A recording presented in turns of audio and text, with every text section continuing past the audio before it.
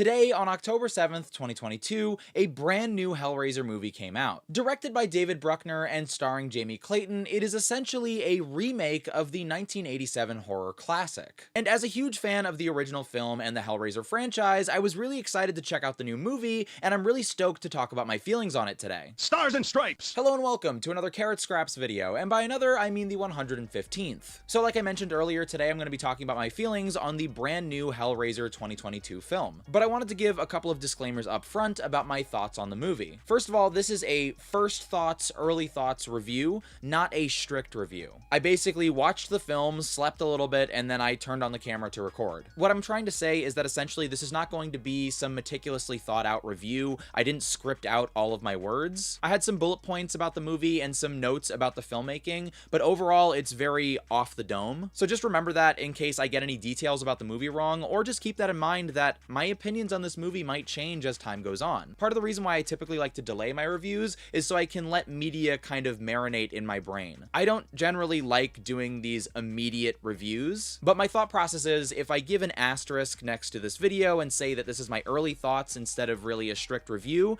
that it might be okay. And one last thing I wanted to mention before we get into this is that I won't be using footage from the film, and instead I'll be using some Resident Evil 7 gameplay from my Twitch channel. And that's just because I've had bad experiences with YouTube trying to review movies on this channel, so I try to avoid using actual footage when I can. And I felt that my Resident Evil gameplay was close enough to the subject matter that we're talking about today. Anyway, without further ado, let's get into my first thoughts on Hellraiser 2022, or as I like to call it, Hellraiser 22.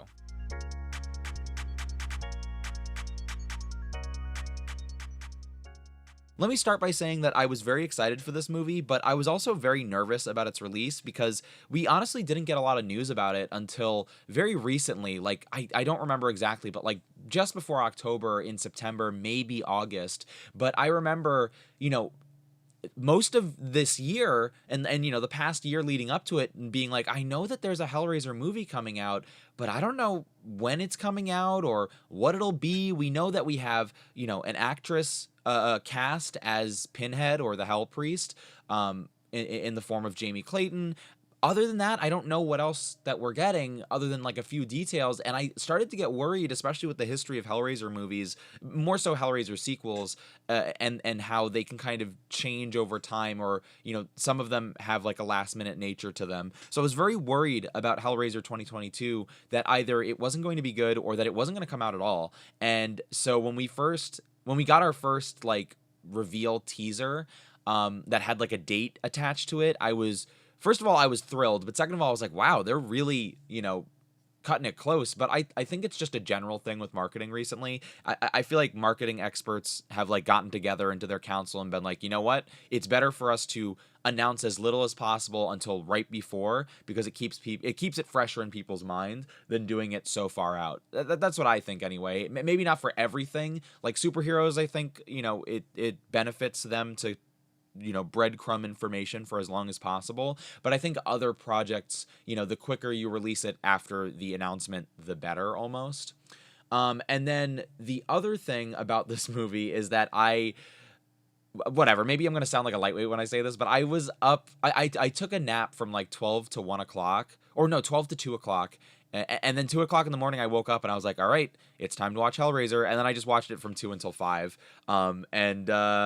I loved it.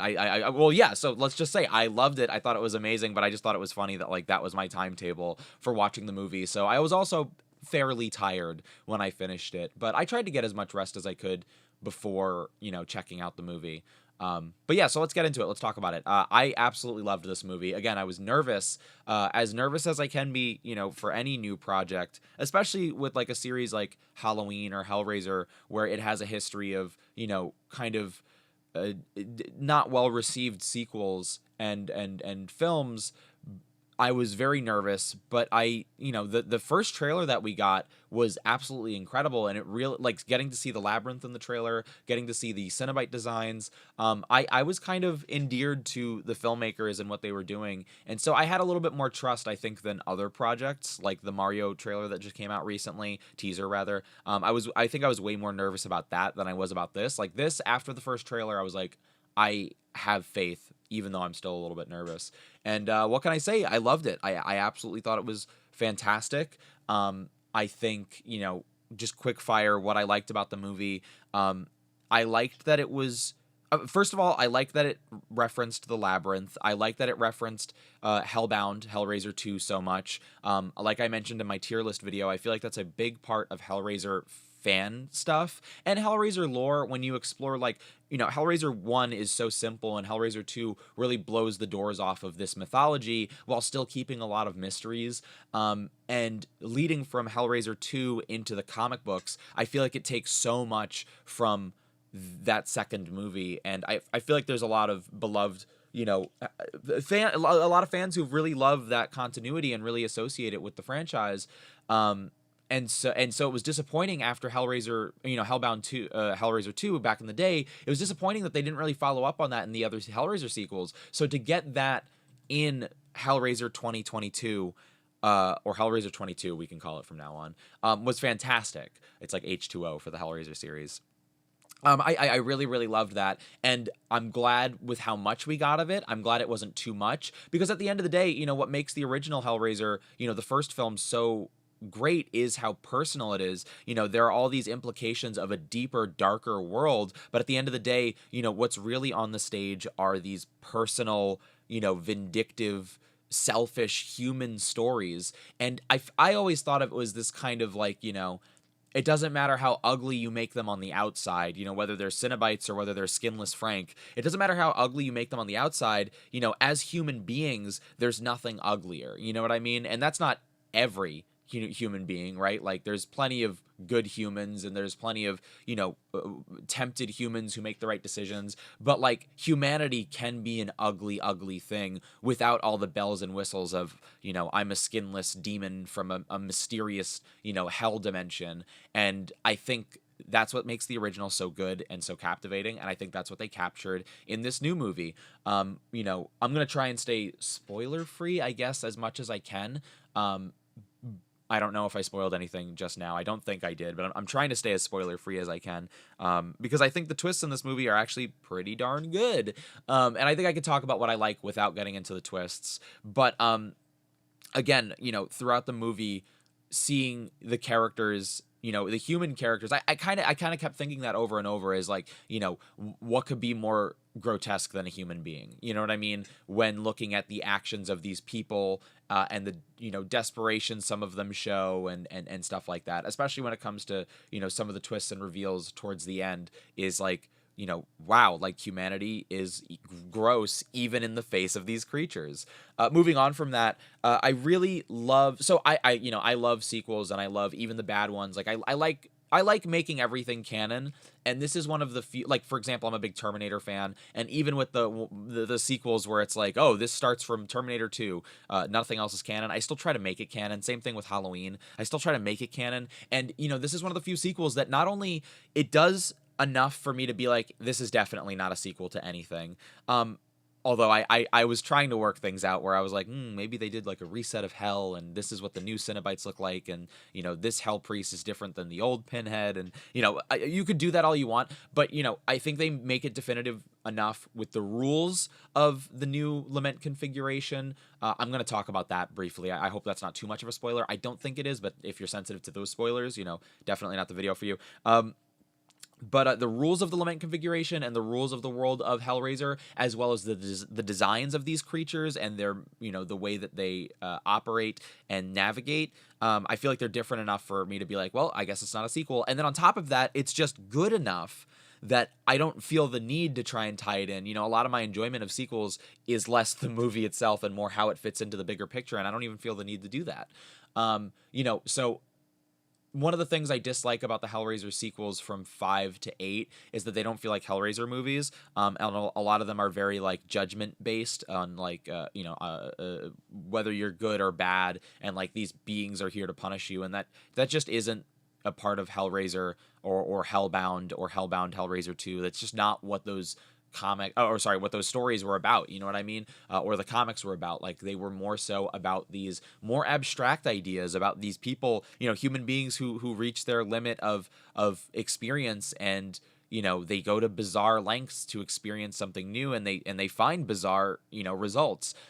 You know, the blurring of pain and pleasure, dipping your toes into the conversations of BDSM, like all that stuff, I feel like is more true to Hellraiser than ever any kind of good or bad conversation.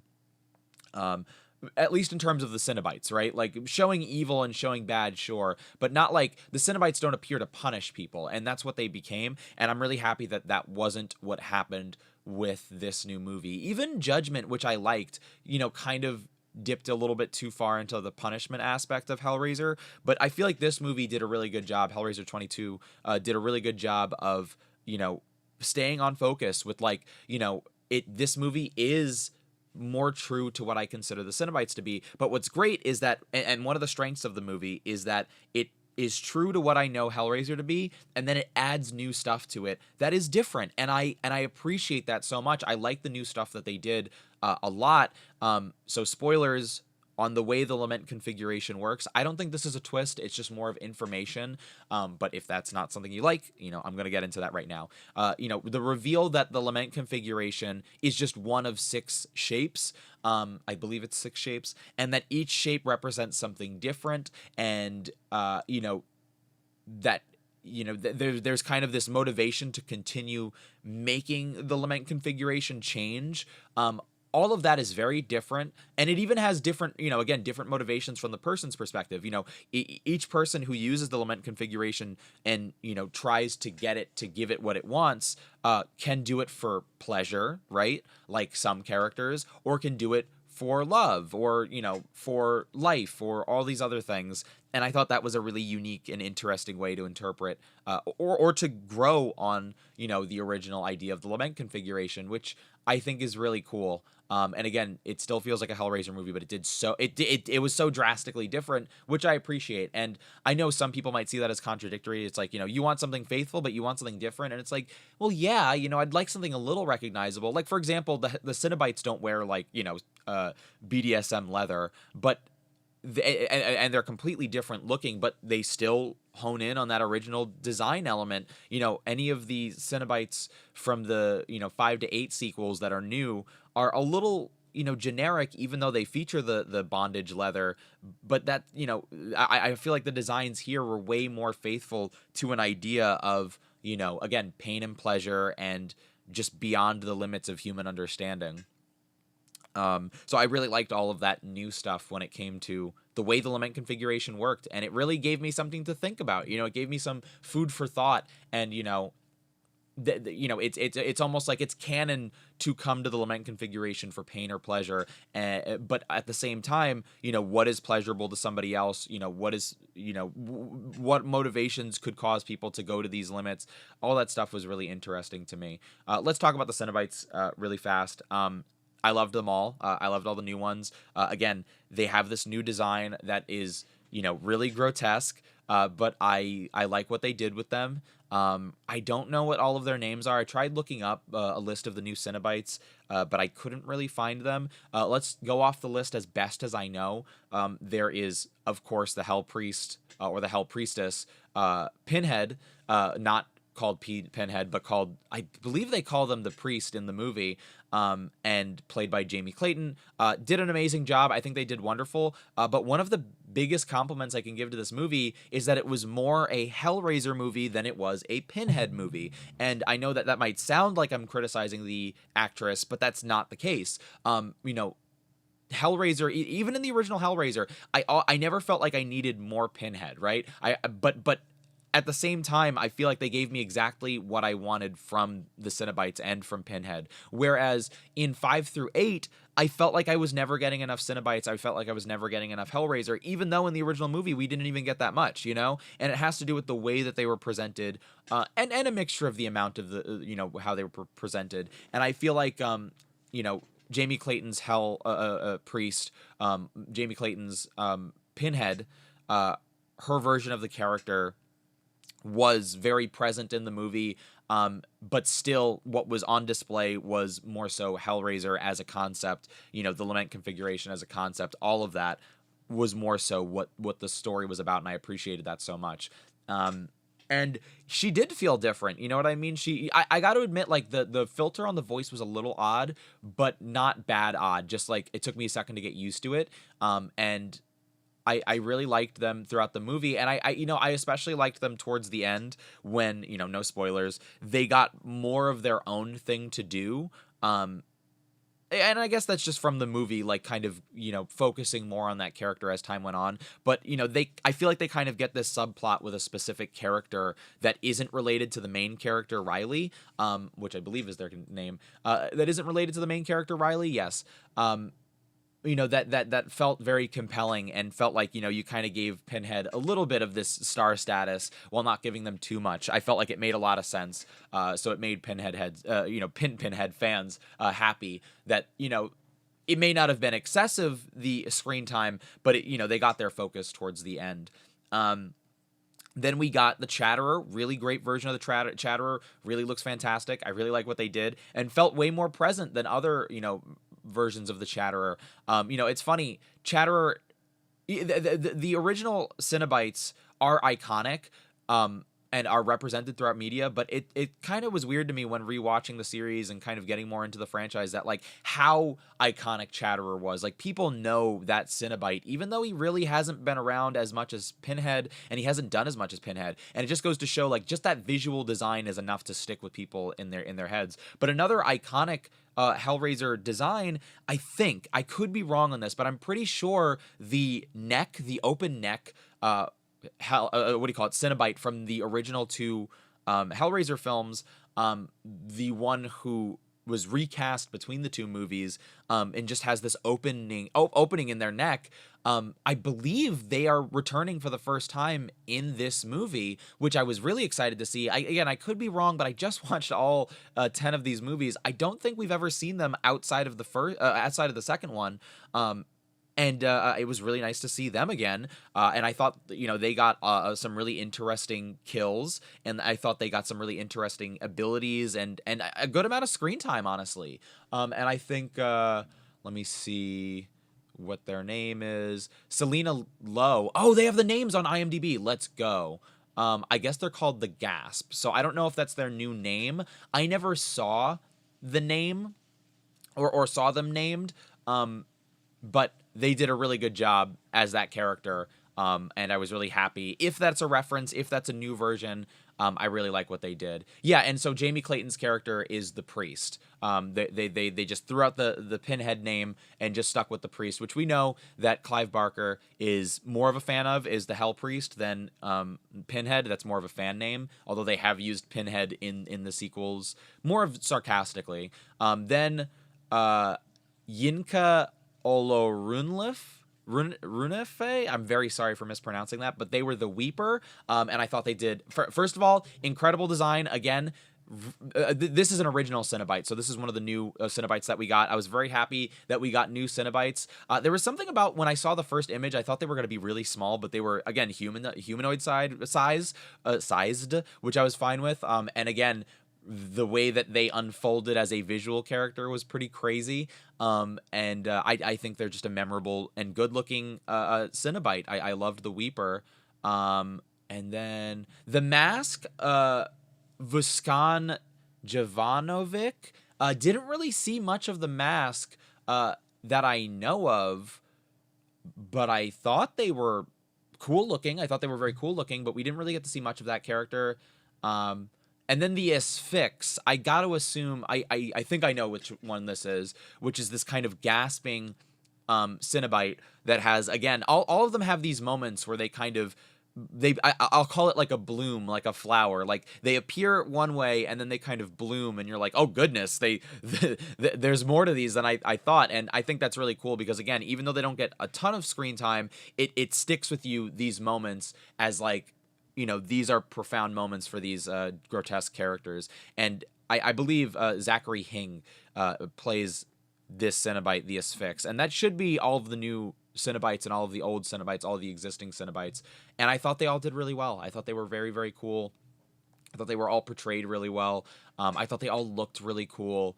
And I thought they were all super grotesque, which leads me into another point that I have about this movie is, I was genuinely grossed out. I'm getting shivers talking about it. I was genuinely grossed out by a lot of the gore. So I talk about this a lot. When I go into horror, and what I want is weird and bizarre things. The reason why I like Hellraiser is because I like weird and bizarre things. I like to see monsters. I like to see creatures. I say it all the time. I like horror for the same reason I like superheroes. I want to see things I would have never expected. And sometimes that takes the form of gore, but I wouldn't call myself a gore horror fan. I have, friends and family members who are like, I like gore. I like to see gore in horror movies. That's not my goal, but sometimes those two things of the bizarre and the gory overlap. So I wouldn't call myself a gore fan, but I'm definitely not sensitive to gore. Like, I watch a lot of horror movies and, I see a lot of wild special effects. And this movie is like, I can't think of another horror movie in recent years. I was watching this by myself and genuinely, like, hand in front of my face looking away at two scenes in particular. The very last scene of the movie, oh my goodness, the gore, it's like it's giving me shivers thinking about it. But again, awesome, so cool. And then there's another scene earlier, one of the earlier kills, I'd say maybe towards the middle of the movie, maybe not earlier, but towards the center of the film, there's a scene involving a neck, and I couldn't believe that they went out of their way to show something that they did, and I was just like, wow, that was insane. That was absolutely, again, it gives me shivers, and I was really excited to tell my wife about this and be like, hey, you're going to be grossed out by this, because I think they are more excited about that prospect, that there could be a really grotesque moment in a horror movie for them. But yeah, the gore was really, really, really wild. Let's talk about the human characters for a little bit. Odessa Azayan.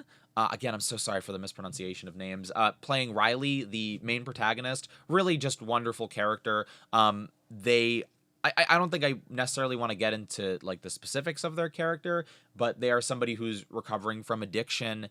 And I say as I get into the specifics, they're recovering from addiction, and their family, their brother, and his partner and their friends are kind of, here to help them, but it's very clear that they've gone through, it reminds me a little bit of Evil Dead 2013, where it's like, family and friends are very aware that they've had ups and downs in terms of this addiction journey, and they're trying to help them, but they're at wit's end and they're kind of frustrated. And Riley is also seeing somebody new who is, that they're very into, but also, that their family doesn't necessarily approve of. And that's kind of where we start. And they, run into the lament configuration through, the events of the story. And I really like the way that it's introduced into their life. This is something I really liked about the movie, is I never really considered Hellraiser to be like dream horror. And I really don't like dream horror unless that's really what your movie's about, unless it's like Freddy Krueger. But like the original Hellraiser has one dream sequence that's a little weird, but then all the other sequels, from like 3 on, 5 or, 6 on, definitely 5, there are these like dream horror sequences where like that's the majority of the scares. And the thing I loved about the original movie so much, and the original 2 so much, is that this is reality. Like, this is another reality coming through, clawing its way through the universe to get you. This is not a dream. This is not, you can't go to sleep and wake up and you'll be safe. Like, there was something wonderful about that to me, and I hated the dream sequences from sequels that made that the main domain for Pinhead and the Cenobites. Like,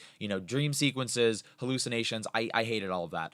I feel like this movie did a great job of tying hallucinations and dream sequences into Hellraiser that still validated these Cenobites as real and reality, and still made those sequences, interesting. So, for example, again, without getting too much into spoilers, but one person will see the Cenobites when other people can't, and they'll still be mortally affected by them. But even that, when that's the case, everybody will eventually still see the Cenobites if they're in the wrong place at the wrong time. You know what I mean? So I think they did a great limbo dance with that, and worked with that concept and made it fun without making it something that I really dislike, And in that way, I feel like that's similar to Hellraiser Judgment, which I think Judgment did a good job of taking the punishing aspect of the Hellraiser franchise that I didn't like and making it make sense for these Cenobites and the world of these characters that I know and I understand and that I like. Oh, another big thing that I really liked about the movie is the soundtrack. I was very excited when they released the soundtrack early, and I was like, I will go and listen to this. And then it was like, no, you want to listen to this for the first time with the film. You want to see how it's introduced, and I'm very glad that I did, as always. But this soundtrack was absolutely fantastic, and one of my favorite things about it, again, similar to the lore of Hellraiser, was that it did its own thing while referencing the original. And referencing the original is especially profound and fantastic here, because I didn't notice this until my most recent rewatch and kind of reading what other people thought of the sequels. But they really don't reuse the Hellraiser soundtrack from the original movie. And what's funny is I always thought the second movie and the first movie had the same theme song, da da da da da da da, that kind of like sweeping thing. But no, the second movie has a very different theme. That is just so, both of them are so good, but it's so good at honoring the original theme, but doing its own thing, that they basically sound like they're from the same soundtrack, in my opinion. I know there are some people who don't like the soundtrack from the first movie, but I really love it. And I'm pretty sure, I could be wrong, but I'm pretty sure, it's definitely referencing something, but Hellraiser 22 is referencing, it straight up plays the themes from the original movie. And I really, really, really, really loved that. I thought that was awesome. I remember hearing that in the first teaser, and I got so excited, and I was just so happy to hear it in the new movie. And again, there were still new themes that I really liked as well. Very similar to the Halloween 2018 treatment, the H40 treatment. Where I would almost say that I think I liked the score here better, but I don't know for sure. But I got very excited hearing those themes again, especially because we've been deprived of those themes for so long. They were such great themes, and again, the soundtrack, one of the best parts of the movie in my opinion. Visual effects, I really liked. I really love where we are with filmmaking now, where we've kind of gotten over the fact that like CG is like a buzzword, and we understand also that people like practical effects, and I feel like right now we're at this good point where it's like, okay, we're not going to overdo it on CG. People don't want to see CG as this like people pleaser thing. We will use it where it's relevant. We will use it where it makes sense. But people do like practical effects, especially in science fiction and horror. And I'm really glad that we're there with this franchise and that this movie got made now. And I was just thinking about that while watching the movie, where I'm like, there's so many practical effects in this movie, from the lament configuration, which does have CG moments, but I think a lot of what makes it so attractive is its physicality, and that like it really looks like something I could reach out and grab. And then also the Cenobites and how grotesque they are. They have this timeless quality because a lot of them, most of them, are just practical effects. And I just felt very privileged to be watching to have this movie made at this time, where I think studios and filmmakers and audiences are more comfortable with like, just throw the CG in where it makes sense. We don't need too much CG, you know what I mean? And the CG looked great when they did use it. Maybe there was a moment or two where I was like, but the CG looked great where they did use it. And another note about the lament configuration, I love that they added, just the side like nitpick, I love that they added this moving mechanism on that circles, because one of my favorite things about the original 10 movies is that people always know to do this like sweeping gesture with their thumb on the face of the cube, and I'm always like, how do they know to do that? Like, that's not just like a funny thing. That's like how you open the box, and everybody knows how to do it. And the comics kind of explain like, you're chosen, you know how to do it, whatever. But like, it just was always funny to me. So I like that they added that thumb gesture of like adding the circular motion, but it's a physical part of the box and how it works. I thought that was really fun. Oh man, this is why I hate doing videos like this. I feel like I've said everything that I need to say about the movie, but I want to keep gushing about it, but I also don't want this video to be too long. As usual, if I have more to say about this movie, I will come back and do a more in-depth review. I feel like it's almost unavoidable on this channel. It just is a matter of time. But at the same time, I think I gotta not overrun my mouth. I feel like I've said everything that I need to say about this. I can't say it enough. I loved this movie. I thought it was fantastic. And, it's not like it was the deepest movie in the world. I feel like that's really rude to say. I'm just saying, like, it's not like Come True or the Empty Man. Not that those movies are better than this movie. I actually like this one way more. But I don't think it's necessarily asking me to think too much or to pull apart its messages too much. Its messages are definitely there. I feel like I'm coming off wrong. What I'm trying to say is I do want to watch it again. I feel like it really does ask for a rewatch, even though it's not the deepest movie in the world. Its messages still are like, come watch again, see what happens. That we have these, we're not spoon feeding you the messages of the movie. Come rewatch again, and maybe you'll understand a little bit of what we're going for better. You know what I mean? Even though it's not this cerebral film that is like a Rubik's Cube to understand, I think it still rewards rewatches, and I'm very excited to watch it again from that perspective. Something we do on my Twitch channel, twitch.tv/carrotscraps, is when I review a movie, I rate it out of 20. As we all know, we rate things out of 20.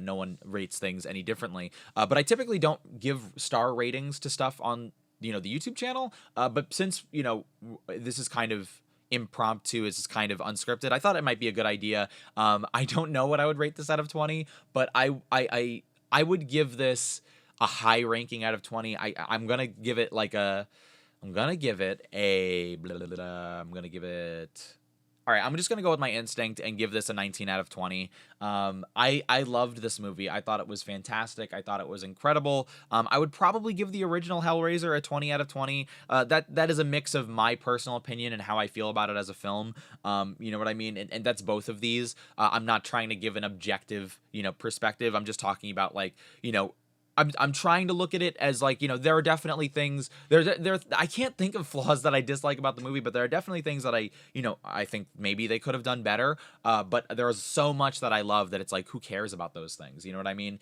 We did a Hellraiser tier list recently on the YouTube channel, and if I was going to give this a ranking on that, I would put it in S tier probably. You know what I mean? And again, this is why I try to hold off. I don't like to jump the gun, but that's the point of this video, is to give my first thoughts. So if in a year I'm like, what, I didn't like it too much, or I changed my ranking, I feel like I'm totally allowed to do that. But as of right now, I really, really, really, really loved this movie. And I highly recommend it. I think it's really great for Hellraiser fans. I think it's a really great horror movie. I don't think it's alienating to anybody who's not familiar with the franchise. I feel like this is one of the best like reboots that we possibly could have gotten.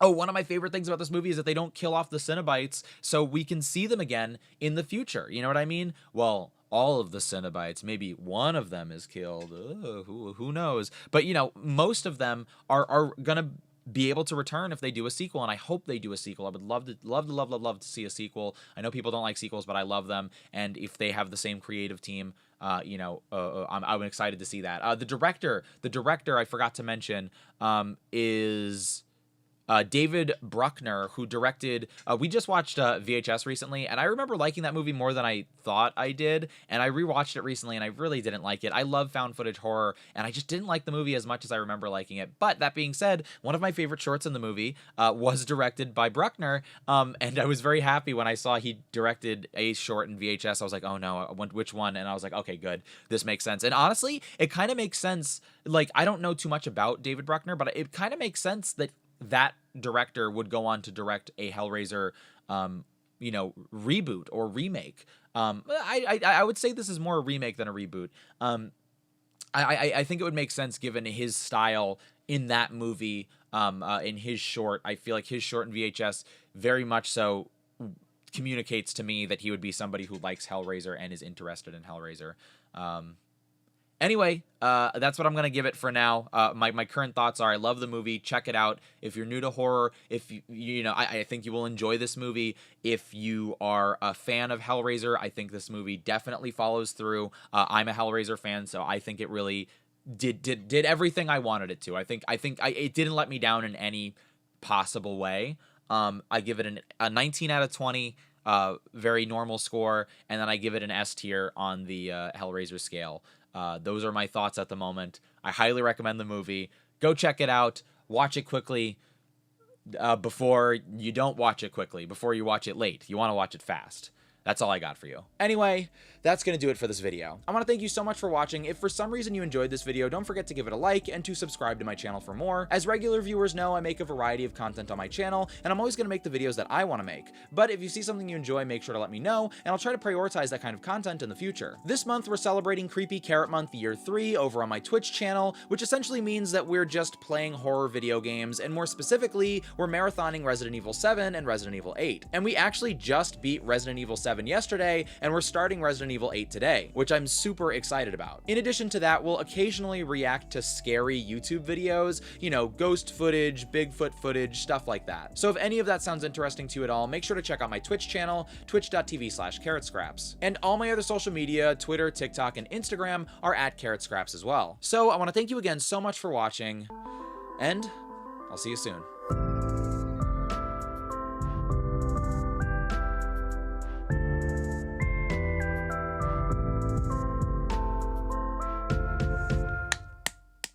Stop sniffling. Stop sniffling. You must stop sniffling. This is not a request. This is a demand. Stop sniffling.